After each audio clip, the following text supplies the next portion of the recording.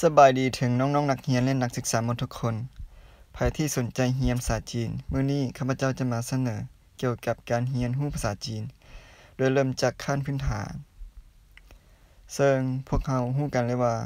ภาษาจีนเป็นภาษาที่บ่มีพยัญชนะบ่มีสระและบ่มีวรรณยุกต์ฉะนั้นเพื่อให้สะดวกต่อการเรียนรู้เขาเจ้าจึงซอกหาวิธีให้ผู้เรียนสามารถจื้อและเข้าใจได้ง่าย